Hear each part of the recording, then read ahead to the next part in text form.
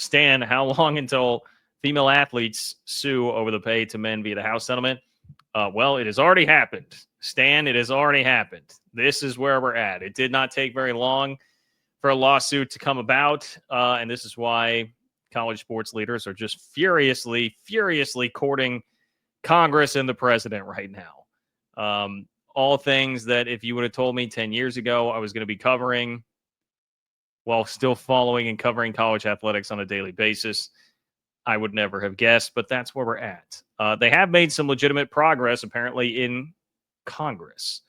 But this battle is really heating up because you've got some optimism, at least coming out through some reporting, on what's going on in Congress while you're trying to combat lawsuits from coming at you, which have already started predictably, and it's about Title IX.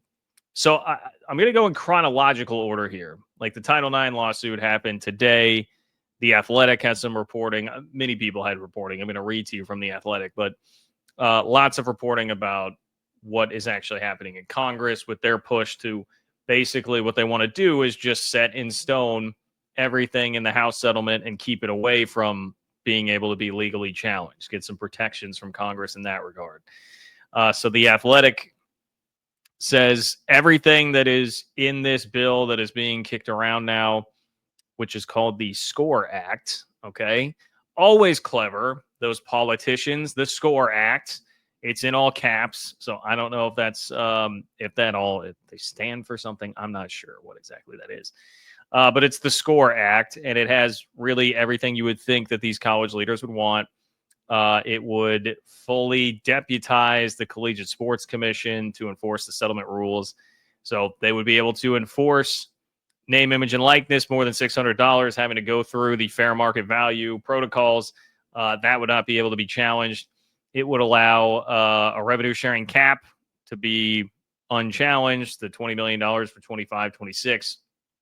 It would preempt state NIL laws with a national NIL law, which means you can't have different states trying to give certain advantages to the schools in their state based on whatever it is that they're going to sign into law, which we're seeing happen all over the place right now. It would allow the NCAA conferences or another entity to establish and enforce rules around transfers, eligibility length, all that stuff. So it would potentially rein in, I suppose, a little bit of the transfer portal craziness. It would declare that college athletes are not employees, okay? Not employees, key distinction there. And it would require athlete agents to register with an entity such as the CSC or NCAA. That's probably a very good thing no matter what. Like, you got a lot of bad actors, it seems like, running around in this space, like masquerading as agents for a lot of the college athletes. So, I don't know. I mean, first of all, I guess you could say optimism for the bill is like, well, that's like everything they want. But I think that's been kind of expected. I know like Ross Dellinger just kind of had a tweet that was like, yeah, well, this is what we expected. Everybody thought that this would be in there. But as far as how likely it is, here's what The Athletic says. A House subcommittee is scheduled to discuss the draft at a Thursday hearing. So tomorrow, a House subcommittee will discuss it. To support it, the House's Judiciary Committee is expected to discuss a bill for antitrust protections around these items, while the House's Education and Workforce Committee will work to codify that athletes are not employees. So I guess they're just working on different pieces of it there.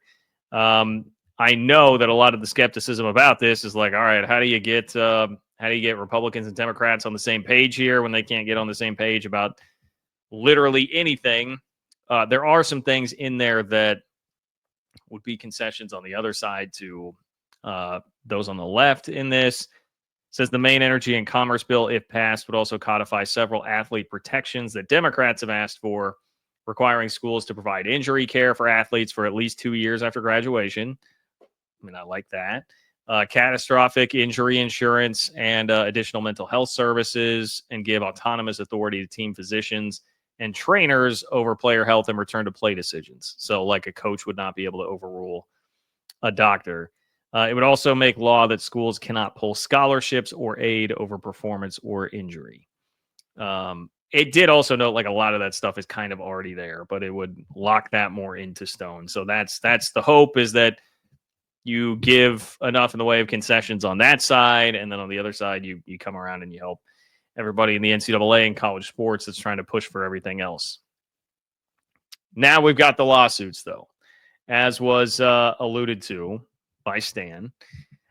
What we got today, Stan, was 8 female athletes filed an appeal of the House v. NCAA settlement in a California federal court, arguing that the landmark agreement violates Title IX. You knew that that was coming. Like, lawyers were just sitting there waiting, circling, like just sharks in the water, waiting for the chum to come out there. They got it, and now they're here suing. Now, the interesting part of this, though, is that this lawsuit only addresses the back pay part of this, which never really gets talked about. Like, nobody is talking about the back pay part of this, which is that $2.8 million are being paid to all the student athletes that did not have the opportunity to earn NIL because they played before that came into the picture. So all the schools are like on the hook for a bunch of money as far as that goes, which is another stressor on the schools financially here. But that part has been paused for now because of this lawsuit. It's not about moving forward. But what I don't understand is like why it wouldn't be, because now this is where I'm not a legal guy, but you might as well just go ahead and do the one moving forward too, because this basically just lays the groundwork for the exact same thing. Because the appeal, so it's an appeal to this settlement, argues that the $2.8 billion in damages set to be distributed to former athletes who couldn't earn NIL violates Title IX because female athletes will be paid less than football and men's basketball players. That's going to be the exact same argument moving forward, right? Like, all right, if you're saying that, hey, like 90% of this money, so which is what this settlement suggests, it says schools would have paid male athletes over 90% of their revenue over the past 6 years, as though Title IX didn't apply. I mean, yeah, like that's football, men's basketball are going to be getting like 90% of the money moving forward out of revenue sharing. So you've got the exact same challenge sitting there. So I assume that that piece of it will come at some point. For now, it's just about the back pay.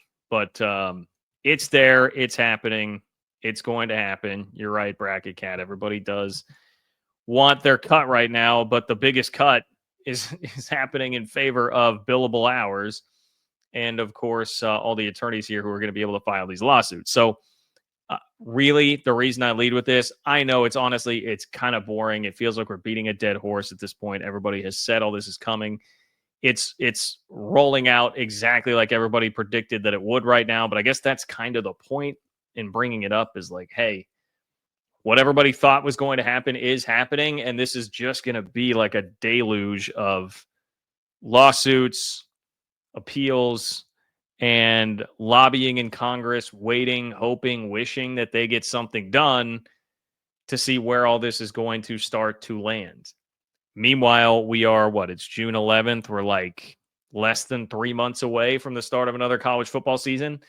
So we're barreling toward the start of another season where, guys are going to be getting paid. And then before you know it, I mean, we're less than 6 months away from firing up the portal season for next year. And then that, to me, is when it'll really get interesting, because that's when you're going to start having to dole out new contracts. A lot of these contracts for this year in football, at least, football and men's basketball, have been divvied up before they were under the purview of Deloitte and the House settlement and all that. So it's a little bit different this year.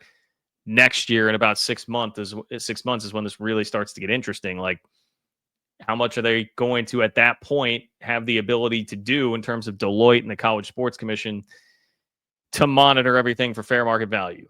That's when it could get even messier. Like, if I were to predict right now, I think it's going to be a little treacherous and a little bit messy for now. But once you hit December and the transfer portal opens up after the football season, that's when it's going to start getting really, really wonky, trying to figure out how all of that will break down. So, I mean, stay tuned is about the only thing I can really say on that front.